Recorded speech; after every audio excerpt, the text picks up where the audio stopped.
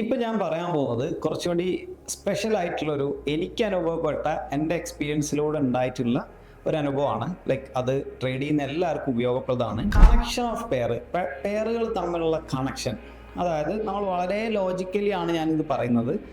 Logically മാത്രമല്ല, വിസിബിളിയും കൂടിയാണ്. രണ്ട് കോൺസെപ്റ്റ് നമ്മൾ ഇതിൽ മനസ്സിലാക്കണം. ഒന്ന്, ലിക്വിഡിറ്റി ഗ്രാബ് എന്നുള്ളൊരു കണ്ടീഷൻ നമ്മുടെ ഈ ഒരു പ്രോഗ്രാമിൽ സ്പെഷ്യലൈസ് ചെയ്തുകൊണ്ട് അങ്ങനെ ഒരു ടോപ്പിക് ഉണ്ട്, ലിക്വിഡിറ്റി ഗ്രാബ്. പിന്നെ വെയർ ടു ഗോ എന്ന് പറയുന്ന ഒരു കോൺസെപ്റ്റ് നമ്മൾ തന്നെ ഡെവലപ്പ് ചെയ്തെടുത്തൊരു കോൺസെപ്റ്റാണ്. ഇത് രണ്ടിലും കൂടെ നോക്കിക്കഴിഞ്ഞാൽ മാർക്കറ്റ് പോവാൻ സാധ്യതയുള്ള, അതായത് ഒരു 70% മാർക്കറ്റ് ഏത് ഡയറക്ഷനിലേക്കാണോ പോകാൻ സാധ്യതയുള്ളത് എന്ന് നമുക്ക് വിസിബിളി മനസ്സിലാവും. എന്താണ് ഇതുകൊണ്ടുള്ള ഗുണം, അല്ലെങ്കിൽ എങ്ങനെയാണ് നമ്മൾ ഇതിനെ ഉപയോഗപ്പെടുത്തുന്നത്, പെയറുകളെ ഉപയോഗിച്ചുകൊണ്ട് എന്നുള്ളതാണ് ഇനി അടുത്ത പ്രശ്നം.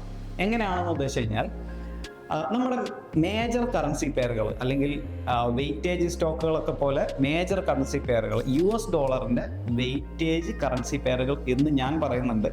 അത് ഒരു പുതിയ വാക്യമായിരിക്കാം മേ ബി. മേജർ പെയറുകൾ എന്ന് ഉദ്ദേശിക്കുക നിങ്ങൾ. ഈ മേജർ പെയറുകൾ US$ ഒരു ഡയറക്ഷൻ നിർബന്ധിതമാവും ചില സമയങ്ങളിൽ എടുക്കാൻ. കാരണം ബാക്കിയുള്ള ലിക്വിഡിറ്റി, ഇപ്പം ഞാൻ പറഞ്ഞ പോലെ where to go condition, liquidity grab എന്നുള്ള രീതിയിലൊക്കെ മാർക്കറ്റിന് ഒരു സാധ്യത തോന്നുന്ന ഒരു ഡയറക്ഷൻ ഉണ്ട്. സോ US$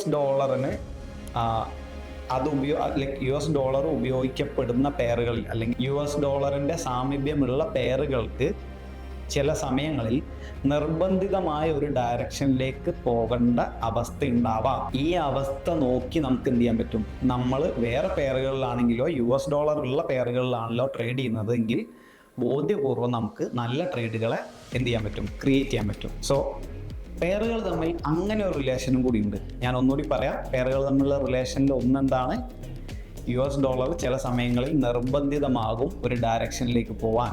അത് ചിലപ്പം യൂറോ USD ആവാം, GBP USD ആവാം, ലൈക്ക് USD JPY ആവാം, അങ്ങനെ എല്ലാം ഉണ്ടാവും. പക്ഷെ എന്നാൽ കൂടെ ഈ മേജർ പെയറുകളുടെ ലിക്വിഡിറ്റി കണ്ടീഷനും സിറ്റുവേഷനും വെച്ചിട്ട് US$ ചില സമയങ്ങളിൽ ഒരു ഡയറക്ഷനിലേക്ക് പോകാൻ നിർബന്ധിതമാകാറുണ്ട്. പ്യുവർലി വിസിബിൾ ആണ്.